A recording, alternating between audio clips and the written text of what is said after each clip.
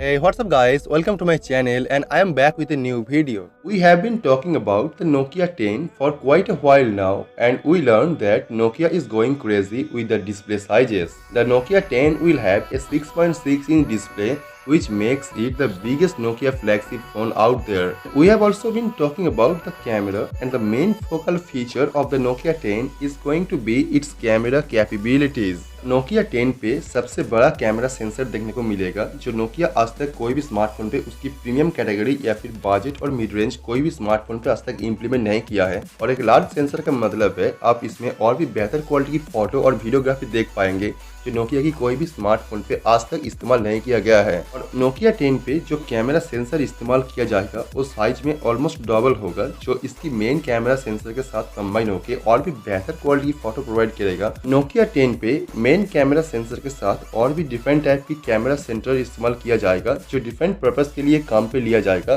जो इसकी photography and videography experience को और भी काफी लेवल एनहांस करने में कैपेबल है। It allows more light to get into the camera sensor which directly means better photos. But a bigger sensor is not the only camera upgrade we are going to see. Nokia 10 पे और भी काफी सारे new camera feature और new camera technology देखने को मिलेगा जो इसकी कैमरा क्वालिटी में और कैमरा में काफी सारे नया फीचर प्रोवाइड करेगा जो नोकिया 10 को बाकी सभी स्मार्टफोन कैमरा से डिफरेंट बनाएगा।